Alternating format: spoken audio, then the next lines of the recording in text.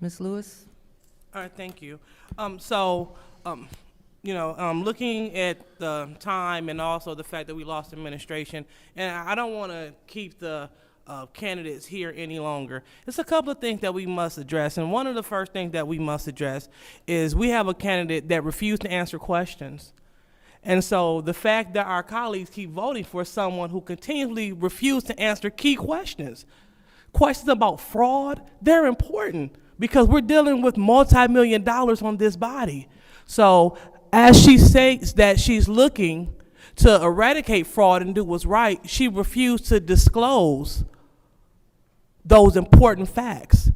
And so that is my reservation for voting for Ms. Beverly Biggs-Leavy, in addition to, when my colleagues, and I would love to hear their rationale behind their continuous vote and support for this. In addition to, I played her speaking very vile to our deceased colleague.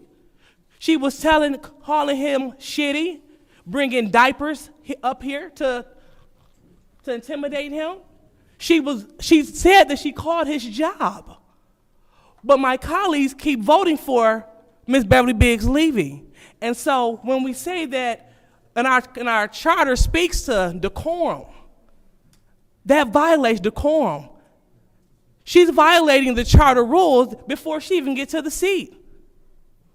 And so when we have a candidate who my colleagues voting for repeatedly, who continues to duck and dodge the pertinent questions to decide the qualification and the ethics to sit in the seat, says vile comments about colleagues' breasts, which is sexual harassment.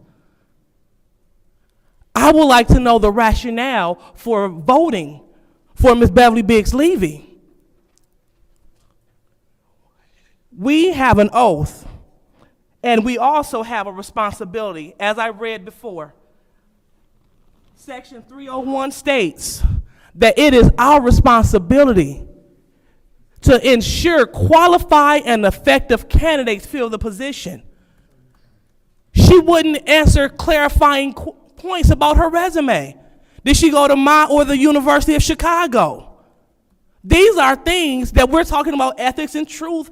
What are we standing on? The colleagues keep voting for Ms. Beverly Biggs-Leavy, who refused to stand on truth and transparency. And so I just need to be clear on our rationale, and are we really trying to move the city forward? According to this city charter, it says we must ensure the most qualified. By the one resume that we have, and the one that was submitted by Ms. Levy, Carrie Nelson is it. Thank you. Ms. Priestley? Yes. So section 3-104 of the city charter, responsibilities of city council. As representatives of the citizens of the city of Flint, city council members are expected to conduct themselves with appropriate decorum, act respectfully with constituents, each other, and other public servants, attend to the duties of their office as outlined in this charter, and become knowledgeable on the city of Flint charter, etc. The important thing is respect. If you can't have respect for your elected officials, I can't expect you to be respectful when sitting on this dais. I have also spoken to multiple people in the 3rd Ward, and they all asked me to vote for Carrie Nelson, and that's what I'm doing. It's not because somebody else asked me, it's because the residents that I spoke to asked me to. When we talk about the election, there was no election. Some people were out there campaigning while others were not. And some people were at the polling places saying, vote for me, vote for me, vote for me, and others were not. I'm not going to address the polling places, the different polls as to whether they were in the original 3rd Ward or not, or if it was portion of those polling locations that were. That's up to the clerk to decide. But ultimately, it didn't count because the city, the county, and the state do not certify that election. So, to me, as someone who is at the other end of her vitriol, it's respectfully. I try to treat everybody with respect. I don't always. I'm a human. But I try. This person does not.